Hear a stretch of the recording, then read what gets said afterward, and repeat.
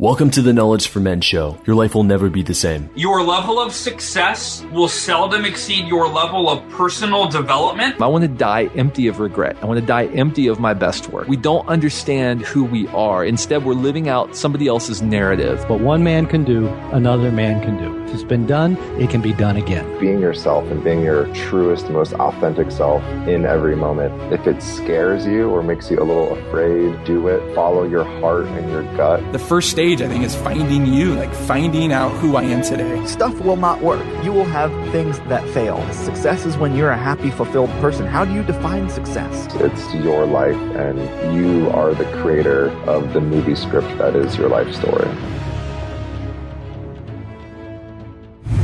Hey, if you wanted to ask me any questions about Knowledge for Men or any challenges you currently have and want me to help you break through, then check out my live weekly talks at kfmlive.com, where I share my biggest lessons learned about being the most powerful version of yourself and interact with the Knowledge for Men community live. To attend the next live event, go to kfmlive.com.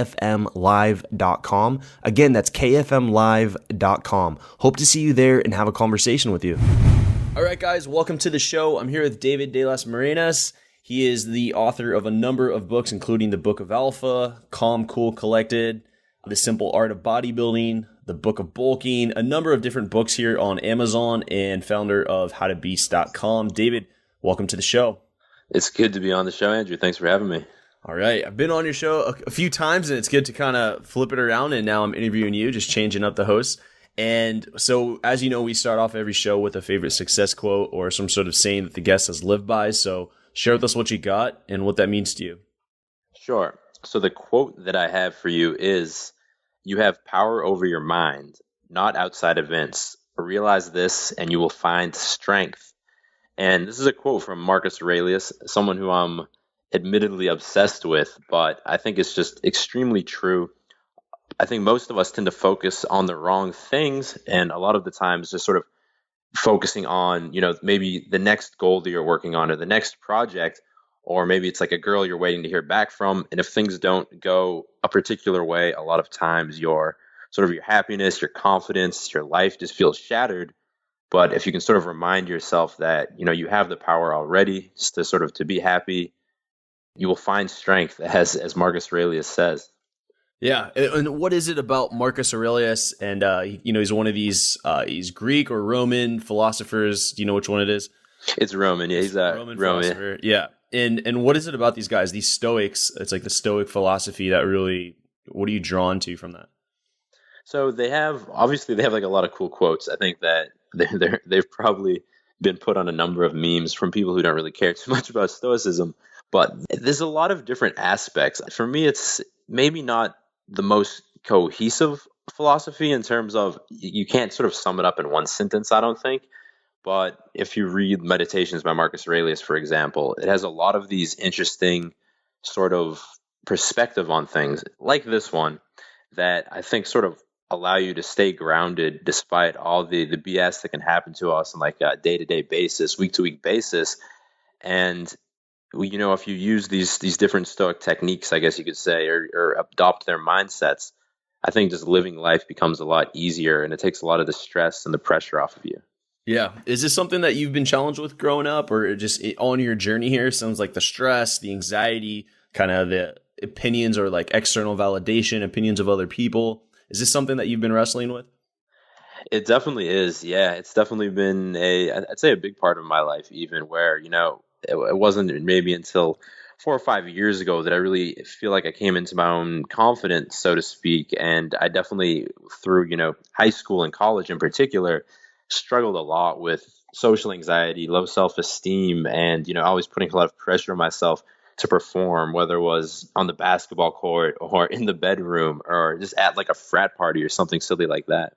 Yeah. And you said in the last 5 years, like you really started coming into yourself and being more confident. What led you down this path? Like, was there a moment that just was like, enough was enough and I had to start this journey, or what led you down the path of self-improvement? I wish I could say there was like one, like a movie, like there's this one time something happened and then the next morning I woke up and I knew I had to change, but I think it was sounds good, man. You should just go with that. Yeah, like I said, I think it was a number of events and just sort of being so caught up in my head on a day-to-day basis for so many years and just like not really feeling good about myself. Looking in the mirror and noticing like the bad parts of my appearance, and then walking around and worrying what other people were thinking about me, and then looking at seeing a cute girl in class, and then just immediately believing that like she was better than me or some bullshit like that. And I think it was just sort of the living this on a day-to-day basis. Eventually, slowly, I think I just started to realize that this isn't really a sustainable or enjoyable way to live life. And eventually it led me into sort of an obsession with self-improvement that ultimately was a good thing, but I think that also at times was a bad thing. But whether it was reading books on like seduction and pickup, at first, honestly, that's what it was, being unhappy with my sex life. But that led slowly to reading other self-improvement books, and as I said, sort of getting addicted to that, I think, before coming out with more of a balanced approach by the end of it. Yeah. And what did that addiction look like? And then when did it start to feel like, you said it could have been a bad thing. Like, so what did the addiction kind of look like with knowledge? Because I can definitely relate to this. Right. I think it's something a lot of guys go through when they find self-improvement or pickup or something like this. Like fitness, it could even be business, entrepreneur books. Yep. Yeah, so really fitness was the first for me. I guess I disconnected in my mind a little bit because it's less of a mental thing. But yeah, so I mean, the same thing could be I said when I started working out. You start working out, and with anything in life, you see like quick gains at first. When you hit the gym, you start to see quick growth in muscle. Your strength goes up really fast if you're following, a solid routine consistently, or if you get into pick up and you learn like a few basic techniques or whatever it is at first, and then you're talking to girls and you're getting these good responses. Or even self-improvement, you read a few self-improvement books, you set a few goals, and you feel like really amazing and motivated. I think that obviously all these things lead to good results, but I think at first, especially if you're a guy coming from a weak mindset like I definitely was, I think that you start to get addicted to these hits of growth, and you start to pursue these things for the wrong reasons. And a lot of times it's easy to lose sight of why you started these things and to sort of get obsessed with sort of like abstract measures of growth that don't really mean anything. Yeah. So like an example, like in the gym, just like you've already reached your goal, but you just continue to getting into supplements, you're getting into all these other things, you're surpassing exactly like why you started the goal. Yeah, exactly. It's called muscle dysmorphia is something a lot of guys actually develop in the gym. I think another term for it's like bigorexia, like the opposite of anorexia, where you start to buy into the mindset that bigger is better, and that if you're not the biggest guy in the gym, then you're not worthy. And even though if you look at yourself and compare yourself to the average guy in the gym or to yourself from 2 or 3 years ago, you're a beast. When you go in the gym, you just see that one guy that's bigger than you, and it just makes you feel like shit about yourself. Yeah, I think the same thing can be said about money too. 100%. Yeah, like, absolutely. Like you look at the guys in a nicer car, a nicer house, or whatever. Even girls, like, oh, there's this other, look at these other girls, and you get stuck in it. You keep trying to go, and I could see how it gets bad. It's definitely good because we still want to grow, but I mean, I could see it with the guy in the gym where he's like working out, like the guy who's just like way too big, and he could probably spend some of that other time doing something else. Yeah, I think that's a good point. And it's the same thing happens. Yeah, like you said, with finances, with self-improvement, it could happen with literally anything. I think that if you start to tie the validation you get from a specific thing to your own self-worth, and then it just becomes like it's essentially a drug at that point, where it's like there's some reward cycle where when you, I don't know, I can't think of a good one for the gym. When you see a new vein, it makes you happy. I can't think of the best way to finish that for the gym, but I think you get the point. All right, yeah, and again, apply it to so many other aspects of your life. But how did you overcome the anxiety? Like, how'd you master your anxiety, and how was it controlling your life before? So are you talking specifically social anxiety, or? Yeah, where was the anxiety showing up? So it looks like social. And how did you overcome this challenge? So it was definitely a long journey. I'd be lying if I said it wasn't. There wasn't one thing that allowed me to overcome the social anxiety. I think I went through different phases of it. At first, it was getting into pickup and wanting to attract women into my life and going out with my friends and approaching a lot of women at the bar. And I thought that, I had gotten over most of my anxiety with women because I could go up to any girl and approach her and hold a conversation with her. But really, I was still putting so much pressure on myself for the outcome of, each individual interaction. And I was still buying into that mindset of, needing women for validation, as opposed to, I guess, the previous example we talked about, needing to get bigger for validation, even though I definitely went through that phase as well. And I don't think it was until after I sort of completely distanced myself from trying to need to attract women into my life on whatever, a week to week basis, that I was able to sort of make the next step, which was more sort of getting into meditation and watching, thoughts come up in my mind and being able to practice sort of mindful breathing techniques in social settings and getting used to being comfortable in different social settings and noticing when I wasn't comfortable and being okay with that too. And I guess maybe that was sort of that evolution is a more recent one, that I think giving yourself permission to have anxiety and to not be the most confident guy in the room at times. I think a lot of the confidence I have now comes from that, not always needing to feel like I'm an absolute beast in every situation, and giving yourself permission to chill sometimes. So you're breathing in these social conversations, or when you feel the anxiety, like breathing is an outlet for you to alleviate some of that anxiety in the conversation. Yes. I think that breath is the easiest one for guys to make them more mindful. Obviously, like if you're talking, you're not going to be focusing on your breath because you can't really like breathe deeply as you're talking. But for me, whenever I notice myself overthinking, feeling anxious, feeling insecure, my mind wandering to something else, I practice a breathing technique where I basically just inhale and exhale through my nose and focus on feeling my belly rise and fall until I am able to sort of, focus fully on that. At this point, usually it's just 2 or 3 breaths. And sometimes that might be while someone else is talking. Sometimes that might be, if I just did a bunch of work in my house and I'm rushing to meet a girl on a date, and I'm not anxious about the date, but I'm anxious about maybe not getting work done that needs to get done.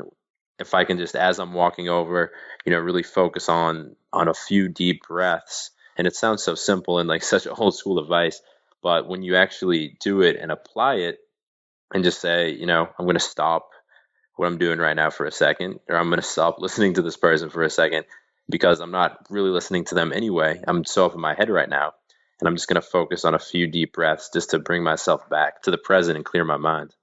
Yeah, I like that. And so I hear of like, hey, breathe before, you're going to go into an interaction or go talk to someone, or before when you're in your car getting ready to go and do a sales presentation, something, but like actually breathing in the moment, like when you're actually doing it. I think that is newer for guys. Yeah, it is. And I think that it's crucial for guys to do it. And I think guys might be hesitant to do it because they're going to think that it's going to sort of, I want to listen to what this person's saying. But if you're really nervous, you're not really listening to what the other person's saying anyway. You might be sort of hearing their words, but I don't think you're really presently understanding them anyway. So, just giving yourself permission to focus on your breath for a few seconds, if anything, it's going to help you. There's only positive there. Yeah. Is it a deep breath, or is it more like you're just breathing to yourself, or you're just taking more conscious control of your breath? What does that actually look like? Is it obvious to the people you're talking to that this guy's doing some breathing? Well, if you're in like a one-on-one conversation, then it's going to be more just focusing on the sensations of your breath, not breathing these really deep breaths, but just sort of feeling, the air coming in through your nose, coming down through your diaphragm into your belly, feeling your belly button rise a little bit. Obviously, again, you're not taking like this deep yoga breath where you're like exhaling in the person's face. Like you don't want to be doing that, obviously. But, just feeling the sensations. Like one of those yoga breaths, yeah. Just feeling the sensations of the breath itself. Yeah. Okay.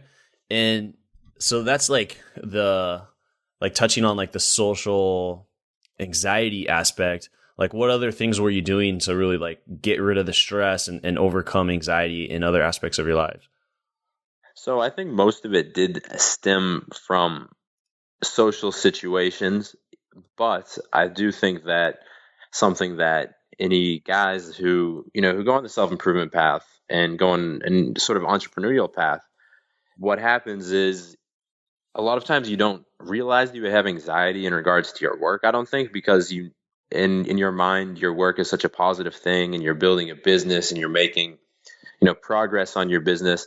But I realized that I was having a lot of anxiety regarding building my brand out and building my business.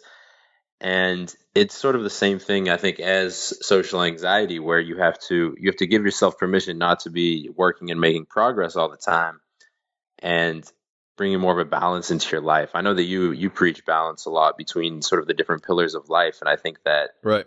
that a lot of times when guys get into more business or financial things where they're working for themselves, I think a lot of times that goes out the window. And I'm networked with a lot of cool entrepreneurs like yourself, and a lot of times when I meet up with these guys, even though their businesses are killing it, they're a mess. And it's because I think it's easier to lose sight of that balance when you have a successful business. Right, right. Because you get so much validation from having, it could be anything. You could be very successful in fitness, but you could also be broke. Or you could be very successful with your fitness, but you're lacking in relationships. Like I know a lot of guys who look great are, working out, they look amazing, struggling to get a date. Or a guy who has an amazing relationship, but is struggling with his health or doesn't go to the gym. So it's like finding a guy who is really balanced in all these different areas, like health, wealth, career, relationships, and just your own personal growth as a human being, as a man. It's often rare to find that balance. And I think that once you hit like a certain level, like let's say health, like once you hit a certain level, it's like, to me, it just becomes more maintenance. Like, I don't know about you, but like I've reached a pretty good level with my fitness. I have no desire to like be lifting or benching more than 250. Like I just think I'll look weird. It's good, everything's good. And so it's more of like maintenance is health, but I'm more focused on like relationships and like personal growth and continuing to expand and grow this whole thing. I would agree with you completely. I'm always pushing myself to get stronger in the gym, but I'm past the point also where I'm like running consistent like bulking and cutting cycles, and like attaching my diet to my goals in the gym, and sort of losing track of eating a healthy diet because sort of screwed myself over in the past and developed some digestive issues as a result of that. And again, that's just because I lost sight of that balance. Yeah. Yeah. I think when we find ourselves like spending way too much time in one area and the other areas are falling down, like we're not living like that. I guess like just like an awesome life, like building your dream life probably doesn't consist of just one of these pillars. Like definitely, yeah. We all like, we want this, or even if you say you want business, it's because you want business so that it can make money, so that you can, attract the women that you want in your life, or buy that car or whatever. And at the end of the day, I think we all want balance and some sort of peace in each of these different areas. Yeah, and actually, that reminds me of one thing that I think, as you're saying, the fact that it's common for a guy to want business success in order to, it might not be the business success that they really want. They think they want business success, but it's because they want to be able to put up an appearance where they're attracting women. It reminds me of another stage, I guess, of losing this social anxiety and restoring this balance to my life that I went through recently. And that was discovering traumatic events from my past that had sort of subconsciously slipped under the radar and that had messed me up in the past, but I'd sort of failed to deal with them on a conscious level. And they were continuing, I think, to undermine my confidence and my anxiety. And they were causing me to lose this balance, because I think a lot of times they were the cause of my getting obsessed with needing validation from different areas. And since I've gone through sort of identifying these and sharing them with other people to sort of relieve myself of the shame that I'd built up around these events, I've also done this with other guys. And I've seen that a lot of times guys are often walking around with sort of holding these burdens that they don't need to be holding, even though they're not aware of it. Does that make any sense? What would be some examples, maybe from your own life, these past burdens? So if we're talking about women, I guess it could be anything, right? But for example, in middle school, let's say when guys are starting to date girls, guys are getting their first girlfriends. In my life, I was on that same path of evolution, but I just got like brutally rejected by the first two girls like who I developed a crush on in middle school.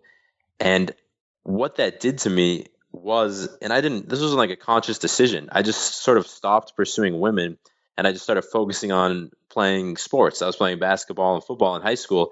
And looking back, I was sort of living this lie in high school that I didn't care about girls and I just wanted to excel in sports. But the cause of that was that I had been rejected brutally by these first two women, and it was causing me again to live this lie, but I hadn't come to this conscious realization yet, and it was messing with me. Or even more recently, as a few years ago, I know that when my first sort of long-term girlfriend, when she broke up with me, I sort of went into this mode where I was like, like whatever, that's cool. I'm just gonna hook up with a bunch of girls now. And I was just like endlessly hooking up with girls, and none of it was fulfilling. It was all just sort of empty. And it wasn't until recently that, and this is somewhat obvious, I think, to a lot of people, but for me, it wasn't. I was clearly just trying to get the validation that I had lost from my first girlfriend back through hooking up with a lot of other girls. And because that was my motivation, A, I wasn't enjoying it, and B, it was actually sort of preventing me from being happy because I was searching for something that I wasn't going to find.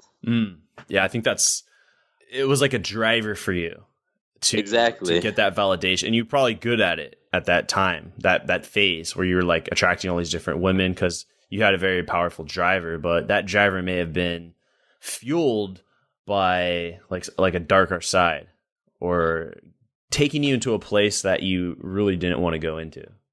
Yeah, exactly. And retelling it to you now, it's obvious. And for guys listening, I'm sure they're like, oh yeah, that's obvious. He broke up with his girlfriend and he needed that. But a lot of times guys go through life and they don't notice these drivers, as you've called them, or these traumatic events, as I like to call them. And even though they know they happened, they don't sort of consciously reflect on how it might be motivating them. And I think if you miss that, it's very easy to sort of start living a lie, as I said earlier, where you're doing things for the wrong reasons, and it's just not going to lead you anywhere. Yeah. And what's crazy is that could last for not just months or years. I mean, that could run for a long time. Like something could be driving you for a decade. Yeah, it could be driving you, for the rest of your life. And if you don't realize it, it's probably going to be like you're just trying to fill up that cup, but that cup's not getting any fuller. So how do we start finding these right reasons to why we do what we do? So I think there's a lot of, I don't know if you're going to find the right reasons, but I think taking the time to consciously reflect on your life and sort of telling yourself the story of your life and realizing when you get to these points or these events that happened in your life that were painful or even embarrassing, and thinking about them and sharing them with other people. And the reason I say that is because a lot of times I think that we carry a lot of shame with these events. I'm trying to think of a better example because things I've shared maybe don't seem so shameful, but okay, I'll get personal just to make this make more sense. So even as recently as a few years ago, I struggled a lot with erectile dysfunction when I was having sex. I had a hard time getting hard when I had sex, and it was something that I wouldn't admit to myself. I'd just be like, oh, I was drunk that time, or oh, that girl, whatever, we didn't have any chemistry, or like this or that. And it propelled itself forward, and it sort of just gave it more momentum and more momentum. But this is not something I was sharing with anyone, It was just it would happen, and then I'd be like, well, I'm not going to hang out with that girl anymore because that didn't work out. You weren't taking responsibility that maybe there's some part of this is you, but instead it's the girl, or it's the alcohol, or whatever, it's the environment, or you were tired. Exactly. And it wasn't until I realized that and I took responsibility, and even on top of that, I shared it with some close friends or family members just to remove the shame that I had built up that I associated with that I was able sort of to break free from that and move past it. And I think it was just the fact that I hadn't come to terms with it and sort of let go of the shame that I'd attached to it, that was what was blocking me. And what did it feel like when you finally did? When you said you shared with close friends and family? Yeah, it's immediate relief. It's like immediate therapy. If there's anything like that in your life, it doesn't have to. Maybe it's not a past traumatic event. Maybe it's a habit you have that you're ashamed of. You know, it's an eating habit you have that you're ashamed of. I know I've worked with a lot of guys with eating disorders. A lot of times, simply by sharing these things with people, it just immediately relieves the shame because you see that these people don't reject you because of it. If anything, they're like, oh yeah, man, like I do that too. Like I didn't, or if that's best case, worst case is that they listen to you and they're like, oh okay, like I don't, it's not that big of a deal. Like, well, I don't know why you've been so embarrassed about that. And then once you see that people don't reject you for these things, even if it's not a close friend, even if it's a girl you're with and you're not getting hard and you're just like, yo, like this happens sometimes. Like, hey, we'll see what happens. Let's chill for a little bit. And you don't hide these things from people, but instead you're like transparent and vulnerable about them. People don't reject you. The shame disappears and the situation immediately improves and you feel like a huge burden has been lifted. Yeah. Yeah. I think that there's this idea that if men are sharing, like even just that word sharing kind of feels like feminine. It's like sharing is a feminine. It's like leaning towards that feminine. And if I do the sharing, like I'll be perceived as like weak, or I'll be made fun of, or people will judge me, when in fact, and as you've just shared it with your story, that it's like that courage to share is what makes it masculine, because it's hard to do something like that. Like that is masculine energy. Yeah. And you're not going to these people like, oh, poor me, complaining about your life. You're like, listen up. There's something I want to share with you because I've been like embarrassed about this. I feel shameful about it. I just want to get it off my chest. And that yeah, people are going to respect that because, as you said, it's a courageous act. Yeah. I was just like, before we got on the phone and started talking here, got online, I was watching this interview. I usually watch like just random interviews or something on YouTube when I'm eating lunch. And there was one about, have you seen Lone Survivor? Yes, I have. It's Mark Wahlberg plays in it. He's playing Marcus Luttrell. It's like that Navy SEAL thing that happened many years ago, I think like 8 or 10 years ago. Yeah, it's a great movie. Yeah, and so true story. And like one of the guys had, or many of them actually, in fact, had died that day. But one of them was like his best friend. And it was in the interview, and he said like, man, like he paused when he said that. He's like, boom, he kind of explained the story of how one of his guys died. And he's like, he paused and he saw this moment of where he was like about to cry. And this is like a real life interview. And he's like, man, he's like, said something about how he's like, I loved him so much. And it hurts me that I never told him that I loved him. And I never got to because he died. And he's like, I just couldn't do it. You know, we were in the military, and he's like, that's just not what guys do. And he kind of brushed that aside. But like in that moment, I caught that and I was like, damn, it's like, and I have so much respect for Marcus and those guys that were there that fought. And the book is a great book, but just kind of raising an awareness on that. It's like this badass dude and lost one of his best boys and wanted to share with him how much that like he actually cared, but never had that opportunity and felt like he couldn't because it wasn't a manly thing to do. Yeah, no, I think that, yeah, it's like an inaccurate thing that people think that's not manly, but it's just important to realize, I think, that it's not like you're walking around telling everyone who crosses your path like these like flowery, weird things about yourself. It's just sitting down with like a close friend who you respect, and you know, every once in a while when there's something you feel like you need to say it, whether it's about yourself, whether it's about your relationship with them, whether it's about something embarrassing that's going on in your relationship with your girlfriend, and you're just saying these like targeted specific things that are clearly weighing down on you, there's only to gain from it. And it is courageous, as you said again. Yeah. It's a real fucking conversation is what it is. Like, It's like, it's a real conversation that will like, you'll have it and it adds value to the relationship and your guys' bond as brothers, as men. And it's not something where you just talk about some bullshit about politics that is meaningless, or some random company that just went public. Like, it doesn't really matter. It's like surface layer conversations. And I feel like just men can feel this like wall that they can't cross to have a real conversation. And you're absolutely right. And thanks for bringing that up. It's not like, every person you encounter, you're like, sharing your feelings and how maybe you are, but I'm encouraging like the people that you really care about in your life. Do they know that?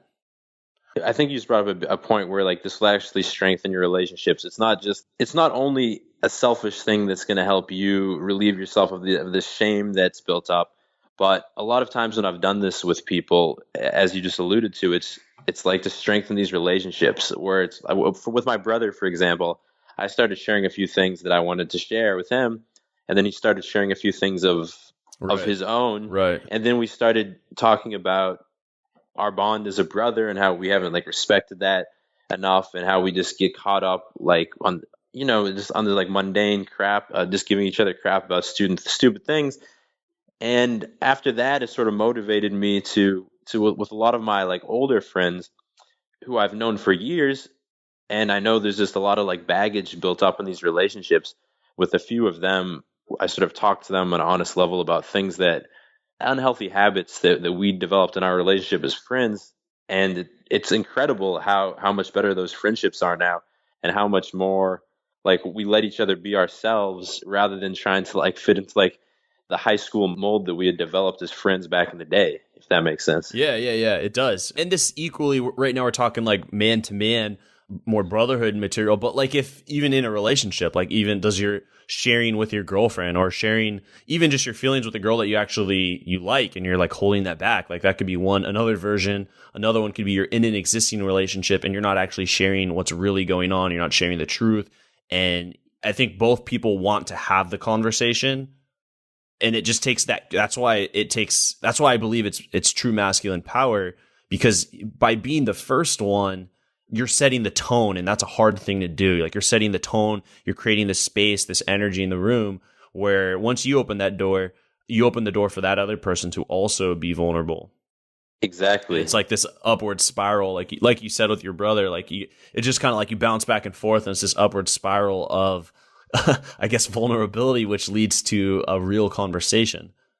Yeah, and it leads to an amazing conversation that's going to leave you with like a lot of good feelings that day, but it's also just going to allow it's like almost like a course correction for the relationship, whether it's a relationship with your bro or it's a relationship with your girlfriend. I feel like having these conversations as needed, it just allows you to correct the course of the relationship and allow it to be something that's based in like how you guys honestly feel about each other or just about the world, rather than trying to like maintain a facade to like make the other person happy, even if you're just having all these passive aggressive thoughts instead of sharing the truth with them. Yeah.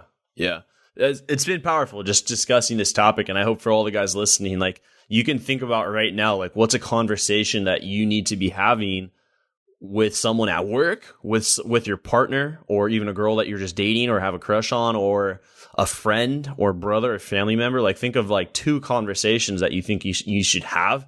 And right now you've thought of them, but you don't want to have them. And I'm encouraging you to pursue and just open that door for a conversation that could absolutely relieve you of a lot of stress, anxiety, and also strengthen that relationship. Yeah, definitely. If any of the listeners take any action from this episode, that's 100% what you should do. Exactly what Andrew just said. Yeah. I'm looking here at your book here. It looks like an older book, the Book of Alpha. And one of the contents you have is about self-reliance. It's how I start off I have this, the Dating Playbook for Men. It's my most popular book. And I started off with self-reliance. Like that's boom. Like for me, like when a man, that self-reliance from everything, from other people's money, from validations, from just like always being able to give it to yourself, is such a strong foundation for a grounded man. Yeah, no, it is. Self-reliance is, I think it's the key of everything, not needing any situation to turn out in a particular way for you to be happy. I think this is another way of framing that, but it's probably the most important self-improvement principle there is. Yeah. Self-reliance to me, and why I find it so important for just men in general, but even for a guy who is, let's say, looking to improve his dating life or be a better romantic partner, it removes, like to me, self-reliance removes neediness and clinginess and jealousy. Like, it removes these three kind of like deadly things here that will just kill any sort of relationship with a woman and even a friend. I mean, even especially doing business, you don't want to come in like, I need this deal to succeed, otherwise I won't eat. Like, that self-reliance, it's like, I'm good with or without. Yeah, as you said with dating, I think that's a mistake I've made many times where, maybe your relationship's forming with a girl you like, and because it's the beginning of the relationship, you sweep a few things under the rug that you would not tolerate in a long-term relationship. And then later on, it comes to the point where you have to make a big confrontation about them. And it's because you didn't maintain strong boundaries at the beginning. And again, it's just as you said, it's because you were afraid if you said something that, I don't like when you do that, that you're going to lose this girl. That's an example of not being self-reliant. Yeah. Yeah. Just the self-reliance is, to me, it's like, in a way, freedom, because you're not out trying to like get anything because you've already given it to yourself. And just coming from this frame is, I think, just very attractive to both men and women. Men as friends and women, or men as friends or business opportunities, or women as friends or potential lovers. Yeah, it's like that Marcus Aurelius quote I gave you. If you just realize that you have control over your mind and not outside events, that's where true strength comes from. That's self-reliance. Right. Yeah, this has been good. And now we touched on a number of different topics around like shame and anxiety, and looking at how to relieve that by being vulnerable and by having these real conversations. You shared about your like kind of erectile dysfunction challenge. I'm curious too, because when you say that, it's like, it's always tough to say, but like immediately, I'm sure like if this was a live audience, I'd be like, guys, who can resonate with that? And probably like 40, maybe even 50% of the room would be like, yeah, I resonate with that. Like, it's typically a larger audience of men who can resonate with that than we normally think. Like, how'd you overcome that? So, yes, also to touch on what you said, like if you said 50% of guys raise their hands, probably the other 50% of guys would have raised their hands if you said the opposite of erectile dysfunction. So, I can't think of the term now, like, but premature ejaculation. Right. I think that, or even like inability to ejaculate. Maybe like they're having sex for like an hour and a half and they can't ejaculate. Like, that's also a challenge for some men, I've heard. Yeah, no, I think that all of these things come from being anxious and not being present while you're with a girl, and not being able to enjoy the sex, but rather like holding you. A lot of times it's putting pressure on yourself to perform sexually. And we've already kind of talked about that. So to answer your question, really, I overcame it by sharing it with other people, by having a few vulnerable conversations and sharing the fact with other guys that, I'm saying other guys, was that, by sharing it with my brother, for example, as I said, when we were having that vulnerable conversation, and a few other close friends, it relieved the shame that I had associated with that I don't want anyone to know about this, that this has been a recurring problem in my life. And once I did that, I was of the mindset that, this could happen again, and I don't want it to happen again. But if it happens again, rather than bouncing from that girl's house as quickly as I can, or whatever the situation is, I'm gonna be honest with her as well, and just tell her, listen up. This is something that happens from time to time. But if we just sit here and chill for a little bit, it's like we'll be good to go in a half hour or something like that. Yeah, just kind of putting it on the table. Yeah, and versus keeping it to yourself. Yeah, it sounds funny, and it's obviously not how you want like your sexual interactions to go with girls. It's obviously not like the ideal sex, but it's far better than just having these awkward interactions where like you just feel really awkward about yourself and you never want to see that girl again. When I can tell you from personal experience, it has that exact scenario has happened in my life more than once, and actually has led to some great relationships with girls, even though that's the first time that happened. But even beyond that, by giving yourself the permission to be honest with a girl when it happens, it usually actually prevents it from happening in the first place. Because now when things are escalating with that girl, you're not neurotically worrying about whether it's going to happen or not, which is what leads it to happening in the first place. I like that. Yeah, that's powerful. And I think too, we think that when we share it with a woman, like we think her reaction is going to be like, what the fuck? And she's going to like run out the door. But in fact, the conversation is very casual, and she's often like, you're not the first guy that's happened to with her. And it's like, we think it's like black or white, like it's going to blow up in our face, and she's going to run out the door, when really it's just going to be a casual conversation, and it'll leave stress, and you guys will be on the same page sexually. And I think just being aligned sexually with kind of where we're at, it relieves so much of that tension and anxiety, especially in the first few interactions. Yeah, I agree 100%. And again, the same thing I think it goes for guys who are listening that have trouble with premature ejaculation as opposed to erectile dysfunction. I think that the cause of them is essentially the same for most men, where it's not like some underlying medical issue. Yeah, got it. So this has been good here. And let's dive now just into the knowledge round. Just going to ask you a few more rapid fire questions here. So David, you ready for the knowledge round? Let's do it.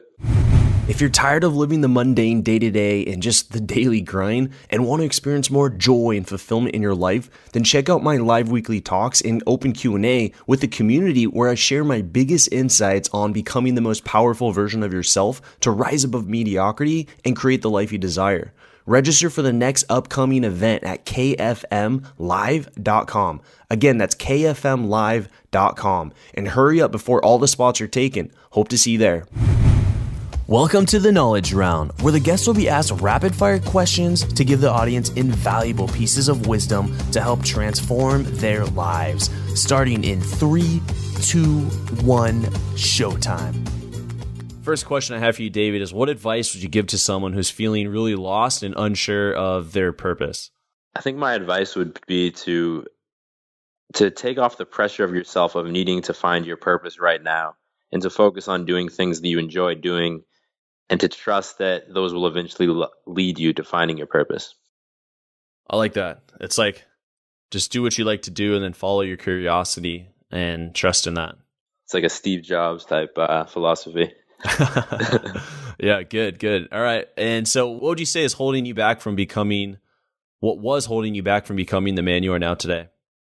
Insecurity of not performing, whether that was in my career, in the bedroom, or, among my peers. Or again, you're in the gym, not being the biggest guy in the gym, just putting pressure on yourself or putting pressure on myself to achieve certain specific outcomes or results in different areas of my life. And I got some sirens going by. Yeah. You just got to address the sirens going by. Where are you located? I'm in Boston. Yeah, you're in Boston. Are you in like a main downtown area or? Yeah, I'm in the Fenway area. I don't know if you know Boston. Yeah. Yeah. But yeah, it's right downtown. Cool. Yeah, it gives us a feel for like where you're at. It's fun. And so what would you say are like, you've obviously had this addiction to knowledge. I definitely have. I think I still have it actually. What would you say are 2 or 3 of your most influential books that have helped you on your journey, and why? Meditations by Marcus Aurelius. Yeah. I'll say is the first one, because for the same reasons that I gave you when I was giving the intro to the show, that it offers you a lot of techniques to not need validation from other things, and to sort of live a life of tranquility and calm, cool confidence. Not to use the title of my book. Yeah. As another book would be The Untethered Soul by this guy Michael A. Singer. And it's sort of about this concept that we all have a voice inside of our head at all times. And it's essentially like you always have like a neurotic person speaking to you, like worrying you about the worst possible outcome, or pressuring you to perform better in different situations. And it's about sort of mastering that voice inside of your head and realizing that it's always going to be there, but that voice is not you. Yeah. And a third book that I would have would be Love Yourself Like Your Life Depends on It by Kamal Ravikant. And it's about just exactly that, just this idea of loving yourself as you are now and unconditionally, and reminding yourself that you love yourself, because it's an important thing to do. Yeah. Well, because like if you truly want, because we often want love from other people, and it's like, well, first like love yourself. Exactly. And you're coming from a position of self-love versus like, hey, I need you to fucking love me because I have like this wound. And like he has this question in that book. Like it's a really good book and it's a short little read. He's like an investor. He just wrote the book for, to share something cool online. And He says, like, if you truly loved yourself at a level 10, would you allow this to happen? Something like that.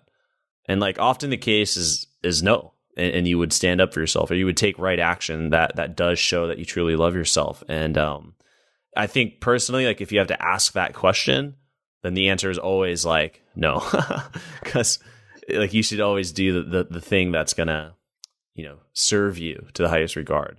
But really good book. Thanks for bringing that up. And it's an interesting collection of books. It's like, would you ever think that you would say that? Like you just mentioned Meditations by Marcus Aurelius, The Untethered Soul by Michael Singer, and Love Yourself by Kamal Ravikant. Would you ever like picture yourself saying like, yeah, these are the books that I read like even just 5 years ago? No, definitely not. And these are definitely more pretty books, high level books. These are all like, they're more spiritual books. Exactly, yeah. But I guess they're more in they vibe with the theme of the talk we've been having. I guess that's why they're on my mind. But yeah. No, it's good. I think reading. I think most guys who get into self-improvement go on this path of reading all these books about dominating life and taking life by the balls and taking action and setting bigger goals and being more productive. And those books are super important. And you should read those books. And I think, the majority of the population probably needs to read those books before they read the books I just mentioned. But the guys that I think we're speaking to a lot on this show are the guys who are obsessed with reading those types of books and who could use the balance that these types of books bring to, at least that they've brought to me. Yeah. No, thanks for bringing that up. Yeah, really higher level spiritual type books on a balanced life. So this one's more of a scenario for you, David. So imagine if you could picture what 20-year-old David is doing right now, where he's at, what he's doing professionally, personally, all that. And if right now you could talk to him and you had 60 seconds with 20-year-old David, like what would you tell him to do? What would you tell him not to do? So I think that 20-year-old David, this is like, it's like junior year of college. I would tell him to. This is a good question, Andrew. Yeah. And I know I should have known you were going to ask this because I've heard enough of your episodes. Yeah. That's good. Yeah, like what would you tell him to do? Where is he at? What was he doing? He's in college, like. So he's an insecure guy. He's junior year in college. Really worried what everyone thinks about him. Right. Really frustrated with his lack of success with women. And getting into that phase of getting obsessed with the gym. So it's tough because on one hand, I want to say I wouldn't tell him anything because I feel like I had to make a lot of the mistakes that I made to internalize the lessons that I've learned since then. But in the spirit of giving you an answer, I would say to start reading self-improvement books and taking action, because I didn't start that till maybe 3 years later. And that's when my growth really started to happen. So it would be to start reading self-improvement books and to start taking action in all areas of my life. Yeah. I can relate with that a lot. Like just kind of where you're at when you're 20 and then starting the path. It's like you're tapping into the matrix and I just like couldn't believe this stuff I didn't know about it. When you read one of these books, you're like, even just simple books like How to Win Friends and Influence People, Think and Grow Rich, like 7 Habits of Highly Effective People, Rich Dad, Poor Dad. You're just like, these books exist. Like I almost got like angry at my parents. Like, why didn't you give me these when I was like 12? Just because they weren't around like the household. Like I felt like I was alone on the path. I couldn't agree with you more. At first you read these and you're like, whoa, like these are the cheat codes to life. Like, why haven't I been exposed to these yet? Yeah. And just learning that you can learn anything was like, I think probably for you with fitness and dating is like, once you learn that you can learn this and you start getting some results, it's like, oh, wow, if I can learn this, then like, what else can I apply this to? And then I think that translates into like, business and career and stuff like that. It definitely does. Yeah. No, once you learn that you can decide on a specific thing that you want to do, whether that's building muscle, attracting women, whether that's learning a specific business skill, how to grow a great podcast, how to grow a great YouTube channel. Once you realize that you can decide on something you want and then find the right material that will get you there and learn from other people who've gotten there, it's pretty powerful. Yeah. All right. David, really good show here. How can the audience follow up with you moving forward? So my website, howtobeast.com, has links to all my books, any online courses I have. I have a blog that gets updated, one article a week on there. My YouTube channel is linked through there. And otherwise, my social media handle is HowToBeast on everything. My Instagram is very active. That would be the main thing that I'd suggest you follow me on. I have a Facebook page I update almost every day too. But again, just HowToBeast, whether it's howtobeast.com or whether you search for that in any social media, you'll find me. All right. David, thanks for being on the show and sharing your story and being vulnerable here, sharing a lot of the details you may not share on other shows, and I appreciate that. Thanks for your time. Yeah, it's been a good time. I hope that the guys who listen to the show take action, have a few of those vulnerable conversations we were talking about, because those will change your life. Thank you for listening to the Knowledge for Men podcast. Hundreds of interviews and millions of downloads later, we're continuing to build an international movement, and we're just getting started. So if you enjoyed this episode, go ahead and leave a helpful review in iTunes, because it really helps the podcast grow so we can impact even more men in the world who need this. Guys, this is all about living with purpose, where every day you only do things that matter to you. You wake up, live with purpose, and take massive action towards the life you want. And always remember, love the life you have while creating the life of your dreams. Go to kfmfree.com to get a surprise bonus I've made for my listeners. Again, that's kfmfree.com for something that's changed my life, and I'm offering it to you for free. Also, check out my Amazon best-selling books that I've written for you to help you crush life at kfmauthor.com. Again, that's kfmauthor.com to see all the books I've created to help you break through in life. This is your host, Andrew Farabee, founder of knowledgeformen.com, and I'll see you in the next episode.